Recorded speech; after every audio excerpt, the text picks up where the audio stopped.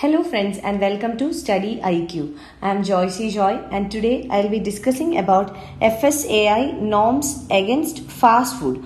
So FSSAI is Food Safety and Standards Authority of India. So Food Safety and Standards Authority of India is responsible for maintaining the food safety as well as to preserve the standard or to maintain the standard of food in India. So it is Food Safety and Standards Authority of India.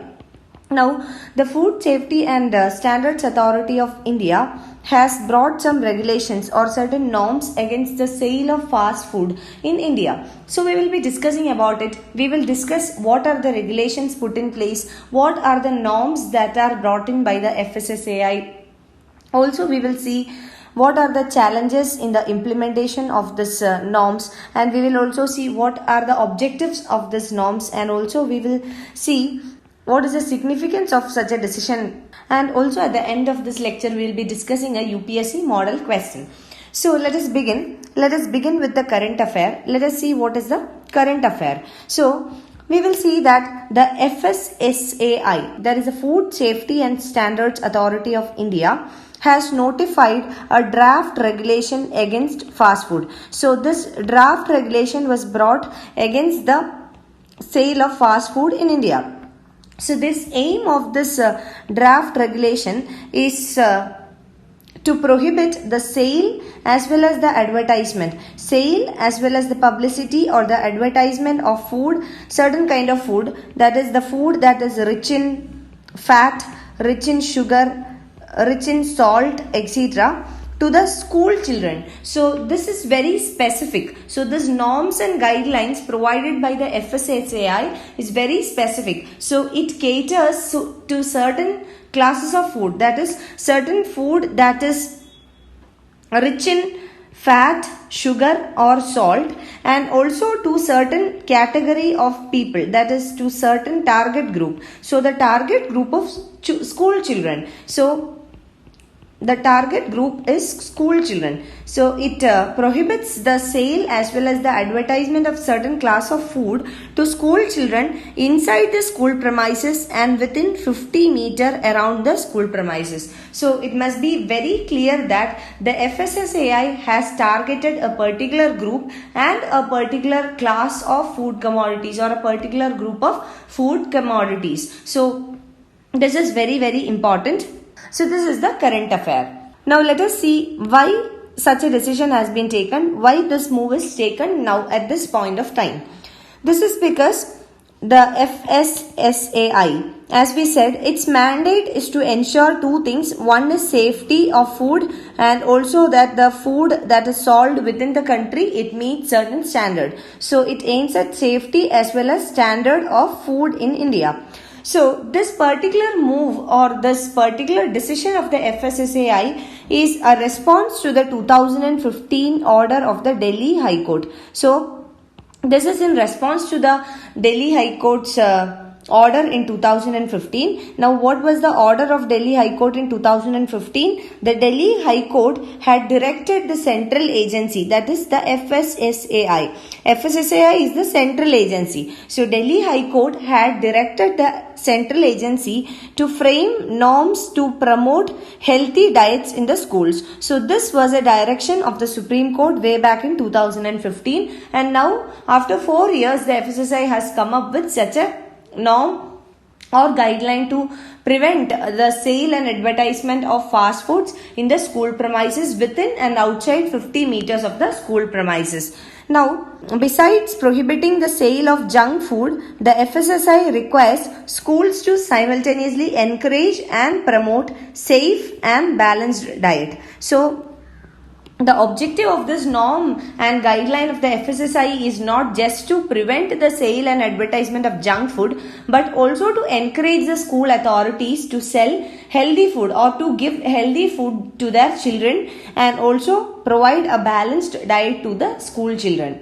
So this is why the FSSAI has now come up with such a move. Now let us see what are the regulations put in place by the FSSAI. First thing to be understood is that the objective of the central agency FSSAI is to shield the children, that is shield means protecting, So protecting the children from consuming unhealthy food items and snacks. So the objective is to protect the children from the consumption of unhealthy food. So what is a regulation? So in order to help the children to protect themselves from unhealthy food habits and food items, it prohibits the food companies that manufacture certain types of food, that is the food that is rich in salt, sugar, or the food rich in fat, etc. So prohibition is put on the manufacturing companies from advertising or offering the food items for free of cost in schools or school premises or within 50 meters of school campus. So the manufacturers of such type of food are not allowed to advertise or sell their food products within 50 meters of a school campus or inside the school campus.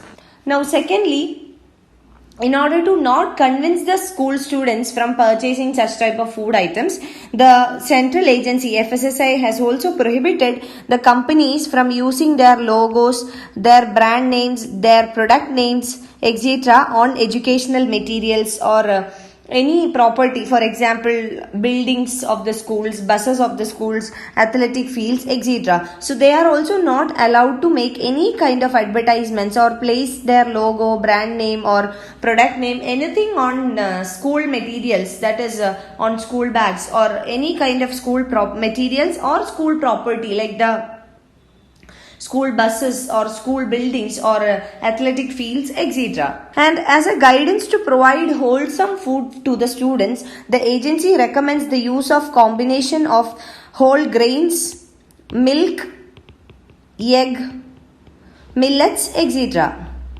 So this is the guideline given. And it also listed a set of general guidelines for selection of food products that can be offered in the schools. So it also gives certain guidelines on how to select the food components or food products that can be given to school children inside the schools. Now, these are the regulations put in place. Now let us see what are the significance of this move or what is the importance of it. The first thing is that in the Indian context, malnutrition is a very important problem, a very significant problem. Malnutrition accounts for over 7 lakh deaths in children. That is almost 68% of deaths in children under the age of 5 years. So under 5 years mortality, 68% is due to malnutrition and it accounts for almost 7 lakhs deaths in India on an average every year. This is the 2017 data. So on one side is the issue of malnutrition. So this can be even hidden hunger. Hidden hunger refers to the absence of availability of nutritious food. So due to malnutrition, almost 7 lakh children under the age of 5 dies every year in India. This is on one side. But on the other side is the rising problem of obesity in India. So the rising problem of obesity is due to the lifestyle of Indians. So this is largely due to the lifestyle pattern of Indians. So government is doing its best or government is coming up with certain steps or schemes to address the problem of malnutrition, to provide nutritious food to children, pregnant mothers and lactating women, etc. But on the same side is the growing problem or the rising problem of obesity in India. So government has to address it as well. So this is a right step towards addressing the problem of obesity in India. And let us come to certain findings by certain studies. In the year 2017, in the month of July, a study was conducted and India with almost 14.4 million had the second most number of obese children among 195 countries. So a study was conducted among 195 countries and India has got a rank of 2. India has the second most number of obese people or persons in the country. So it has got a rank of 2. Now a recent study was conducted in India. In this study, 23 states have a child overweight prevalence. And this is more than the national average. So 23 states have a child overweight problem than the national average, and 6 states having a prevalence of over 20%. And various studies have also shown that how the Western diet affects the composition and diversity of gut bacteria and how it sets a stage for many metabolic diseases. So the intake of unhealthy food is considered as a major cause or a reason of unhealthy weight gain in children. So this is a very good attempt, very good step from FSSAI. So this is a very good attempt to reduce and discourage the intake of unhealthy foods for the school children. So that is why it is significant. Now let us see what are the challenges for its implementation. So the biggest challenge for this norm would be the enforcement of this norm itself. So the enforcement challenge is the biggest of all the challenges, and the challenge of preventing the sale as well as the promotion of unhealthy food near the schools would be the biggest challenge. Now let us consider a past example, the example of tobacco ban. So for instance, the sale and advertisement of tobacco products within 100 yards of a school were prohibited. But we see that this is just a norm, and the violation of this norm is very common. So the same can happen to the norm provided by FSSAI also, to the sale of fast food near the school premises. So the same can happen. So the government and the agencies should be able to better implement it or enforce this norm.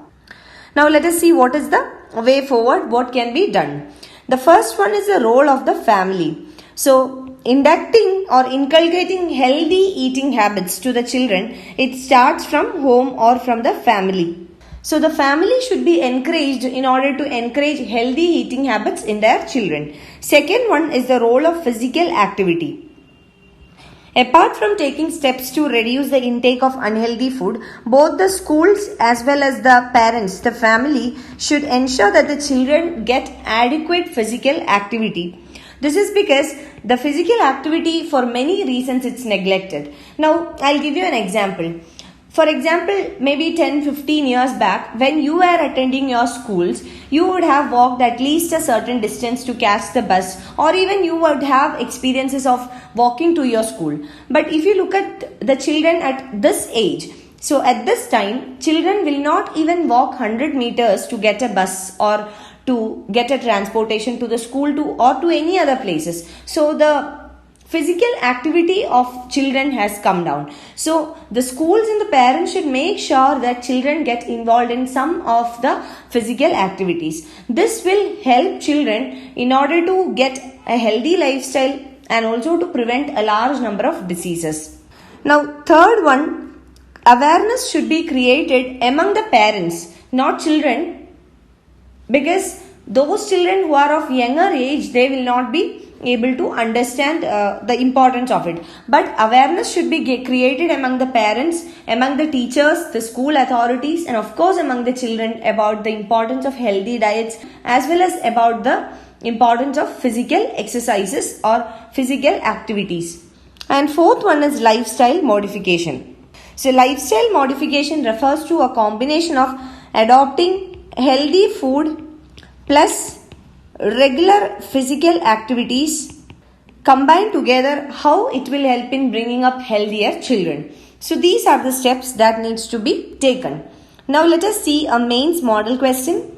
You can try attempting this question and send your answers to joycey.studyiq@gmail.com. So please try to attempt this question. The question is, the double burden of undernutrition and obesity needs to be tackled as a part of India's national nutrition strategy. Discuss. So you have to discuss here about the double problem. On one side we have the problem of malnutrition, on the other side we have the problem of obesity. So how this double problem can be addressed in the national nutrition strategy, what steps the government has to take, and what are the steps that are already in place. So these are the things that you need to discuss here. Please try to attempt this question and send me the answers. You can follow my Facebook page for more video updates. You can also write to me for any of your queries and suggestions, and you can find the PDF of this lecture on our website www.studyiq.com. Thank you.